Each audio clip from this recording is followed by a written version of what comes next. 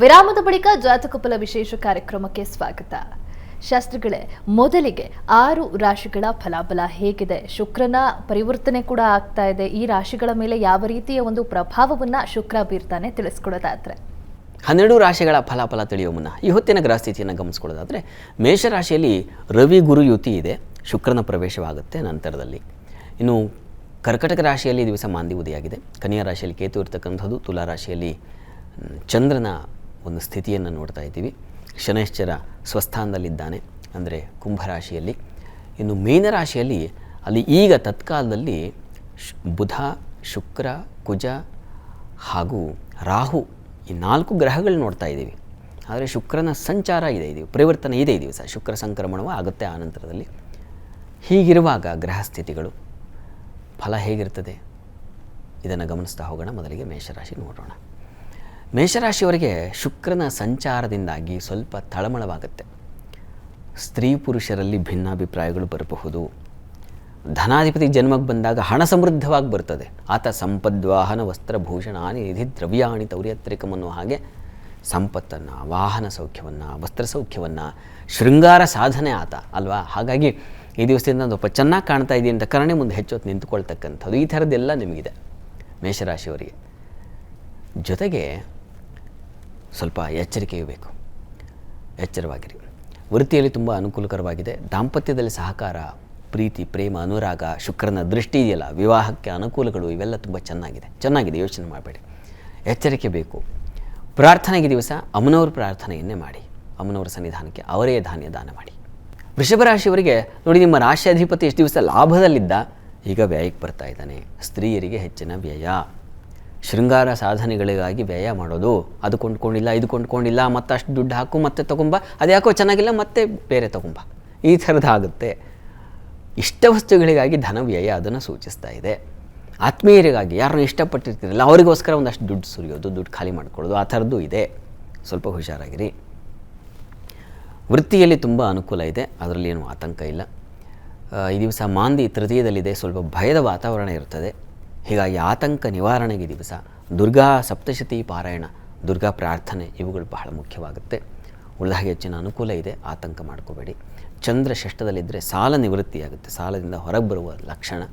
ಸ್ತ್ರೀಯರಿಗೆ ಧೈರ್ಯ, ಸಾಹಸ ಎಲ್ಲ ಇದ್ದಾವೆ, ಹೆಚ್ಚಿನ ಒಳ್ಳೆಯ ಫಲ ಇದೆ, ಆತಂಕ ಮಾಡ್ಕೋಬೇಡಿ. ಇನ್ನು ಮಿಥುನ ರಾಶಿಯವರಿಗೆ ಶುಕ್ರ ಲಾಭಕ್ಕೆ ಬರ್ತಾ ಇದ್ದಾನೆ. ಹೀಗಾಗಿ ಸ್ತ್ರೀಯರಿಗೆ ಹೆಚ್ಚಿನ ಲಾಭ. ನಿಮ್ಮ ದ್ವಿತೀಯ ಸ್ಥಾನದಲ್ಲಿ ನಿಮ್ಮ ರಾಶಿಯಿಂದ 2ನೇ ಮನೆಯಲ್ಲಿ ಮಾಂದಿ ಇದೆ, ಹೀಗಾಗಿ ಹಣಕಾಸಿನ ನಷ್ಟವೂ ಇದೆ. ಲಾಭ ನಷ್ಟಗಳು ಎರಡನ್ನೂ ಸೂಚಿಸ್ತಾ ಇದೆ, ಸ್ವಲ್ಪ ಹುಷಾರು. ವ್ಯಯಾಧಿಪತಿ ಶುಕ್ರ, ಈ ಕಾರಣದಿಂದಾಗಿ ನಷ್ಟ ಹೆಚ್ಚು, ಹೀಗಾಗಿ ಸ್ವಲ್ಪ ಎಚ್ಚರಿಕೆ ಇರಲಿ. ಸ್ತ್ರೀಯರಿಗೆ ಹೆಚ್ಚಿನ ನಷ್ಟ ಅದನ್ನು ಸೂಚಿಸ್ತಾ ಇದೆ. ಇನ್ನು ಈ ದಿವಸ ಪಂಚಮ ಸ್ಥಾನದಲ್ಲಿ ಚಂದ್ರನಿದ್ದಾನೆ, ಹೀಗಾಗಿ ಮಕ್ಕಳ ವಿಚಾರದಲ್ಲಿ ಮನಸ್ಸಿಗೆ ಸಮಾಧಾನ ಇರ್ತದೆ, ಮಕ್ಕಳ ಸಹಕಾರ ಸಿಗುತ್ತೆ. ವೃತ್ತಿಯಲ್ಲಿ ಹೆಚ್ಚಿನ ಅನುಕೂಲ ಇದೆ, ಹೀಗಾಗಿ ಹೆಚ್ಚಿನ ತೊಡಕಿಲ್ಲ, ಯೋಚನೆ ಮಾಡಬೇಡಿ. ಪ್ರಾರ್ಥನೆಗೆ, ಈ ನಷ್ಟ ನಿವಾರಣೆಗೆ ಮಹಾಲಕ್ಷ್ಮಿ ಪ್ರಾರ್ಥನೆ ಮಾಡಿ, ಮಹಾಲಕ್ಷ್ಮಿ ಅಷ್ಟೋತ್ತರ ಹೇಳ್ಕೊಳ್ಳಿ. ಇನ್ನು ಕರ್ಕಟಕ ರಾಶಿಯವರಿಗೆ ದಿವಸ ಶುಕ್ರ ಕರ್ಮಸ್ಥಾನಕ್ಕೆ ಬರ್ತಾ ಇದ್ದಾನೆ, ಭಾಗ್ಯದಲ್ಲಿದ್ದ. ಇಷ್ಟು ದಿವಸ ನೀವು ಏನು ಮಾಡಿದ್ರೂ ಅದು ಅದೃಷ್ಟ, ಆ ರೀತಿಯಲ್ಲಿ ನಿಮಗೆ ಸಹಾಯ ಆಗ್ತಾಯಿತ್ತು. ಈಗ ಕರ್ಮಸ್ಥಾನದಲ್ಲಿ ಶುಕ್ರನಿಗೆ ಒಳ್ಳೆಯ ಫಲ ಇದೆ, ಆತಂಕ ಮಾಡ್ಕೋಬೇಡಿ. ಕೆಲಸದಲ್ಲಿ ಒಂದು ಚೌಕಟ್ಟು, ನಾಜೂಕು ಕಾಣ್ತೀರಾ, ಅಂದರೆ ಕೌಶಲ್ಯಪೂರ್ಣವಾದ ಕೆಲಸ ಅಂತ. ಎಷ್ಟು ದಿವಸ ಹೆಂಗೋ ಎಡ್ಡಮ್ ಸಡ್ಡಿ ಕೆಲಸ, ಈಗ ಹಾಗಲ್ಲ. ಕೆಲಸ ಮಾಡಿದ್ರೆ ಹೀಗೆ ಅದು ಅಲಂಕಾರಯುತವಾಗಿರ್ತದೆ, ನೀಟ್ನೆಸ್ ಅಂತೀವಲ್ಲ ಹಾಗೆ ಕೆಲಸ ಮಾಡ್ತಕ್ಕಂಥ ಒಂದು ಕೌಶಲ್ಯ ಬರ್ತದೆ. ಕೆಲಸದಲ್ಲಿ ಅನುಕೂಲವೂ ಇದೆ, ಬಡ್ತಿ ಸಿಗ್ತಕ್ಕಂಥದ್ದು, ವಿಶೇಷ ಸ್ಥಾನಮಾನಗಳು, ನಿಮಗೆ ಪ್ರಶಂಸೆಗಳ ಸಂದಾಯವಾಗ್ತಕ್ಕಂಥದ್ದು, ಹೊಸ ಒಂದು ಸಾಧನೆಗೆ 4 ಜನ ವಿದ್ವಾಂಸರಿಂದ ಪ್ರಶಂಸೆ, ಗೌರವ ಸಿಗ್ತಕ್ಕಂಥದ್ದು, ಇದೆಲ್ಲ ತುಂಬ ಚೆನ್ನಾಗಿದೆ. ಆರೋಗ್ಯ ಸಮಸ್ಯೆ ಇದೆ ಈ ದಿನದ ಮಟ್ಟಿಗೆ, ಸ್ವಲ್ಪ ಹುಷಾರಾಗಿರಿ. ಈ ದಿನ ಜೊತೆಗೆ ಸ್ನೇಹಿತರ ಸಹಕಾರ, ಬಂಧುಗಳ ಸಹಕಾರ, ತಾಯಿಯ ಒಂದು ಸಹಕಾರ, ಆಶೀರ್ವಾದ ಎಲ್ಲ ಚೆನ್ನಾಗಿದೆ, ಚೆನ್ನಾಗಿದೆ. ಯಾಕೆ ಆತಂಕವಿಲ್ಲ. ದುರ್ಗಾ ಕವಚವನ್ನು ಕೇಳಿಸ್ಕೊಳ್ಳಿ, ಹೇಳ್ಕೊಳ್ಳಿ. ಇನ್ನು ಸಿಂಹರಾಶಿಯವರಿಗೆ ನಿಮ್ಮ ರಾಶಿಯಿಂದ ಭಾಗ್ಯಸ್ಥಾನಕ್ಕೆ ಶುಕ್ರನ ಪ್ರವೇಶ ಆಗ್ತಾ ಇದೆ, ತುಂಬ ಒಳ್ಳೆಯದು. ದೇವತಾ ಪೂಜೆ ಪುನಸ್ಕಾರ ಇಂಥವುಗಳಲ್ಲಿ ಭಾಗಿಯಾಗತಕ್ಕಂಥ ಮನಸ್ಸು ಬರುತ್ತೆ. ಈ ಸಹೋದರ ಸಹಕಾರ ತುಂಬ ಚೆನ್ನಾಗಿದೆ. ಸೇವಕರು, ಸಹಾಯಕರಿಂದ ಹೆಚ್ಚಿನ ಅನುಕೂಲ ಇದೆ. ವ್ಯಯವೂ ಇದೆ, ಅನಗತ್ಯ ವ್ಯಯ ಸೂಚಿಸ್ತಾ ಇದೆ. ಬೇಡವಾಗಿರುತ್ತೆ ಅಂಥದಕ್ಕೆ ಹೆಚ್ಚಿನ ದುಡ್ಡು ಖರ್ಚು ಮಾಡ್ಕೊಳ್ಳೋ ಸಾಧ್ಯತೆ ಅದನ್ನು ಸೂಚಿಸ್ತಾ ಇದೆ. ನೀವು ಕೂಡ ಮಹಾಲಕ್ಷ್ಮಿ ಪ್ರಾರ್ಥನೆ ಮಾಡಿ.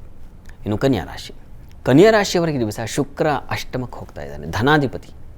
ಹೀಗಾಗಿ ಸ್ವಲ್ಪ ಹುಷಾರಾಗಿರಬೇಕು. ಹಣಕಾಸಿನ ವಿಚಾರದಲ್ಲಿ ಎಚ್ಚರಿಕೆ ತಗೊಳ್ಳಿ.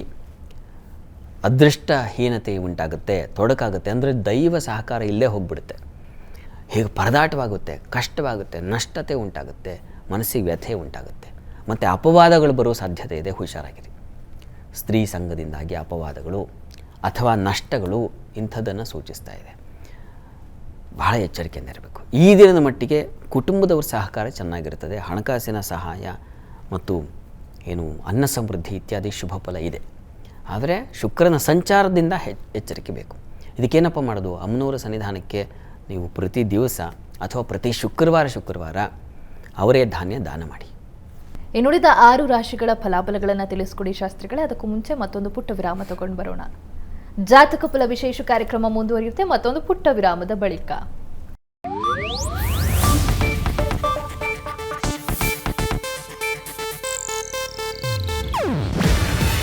ಇದು ಏಷ್ಯಾನೆಟ್ ನ್ಯೂಸ್ ನೆಟ್ವರ್ಕ್ ಪ್ರಸ್ತುತಿ. ನೀವು ನೋಡ್ತಿದ್ದೀರಾ ಏಷ್ಯಾನೆಟ್ ಸುವರ್ಣ ನ್ಯೂಸ್.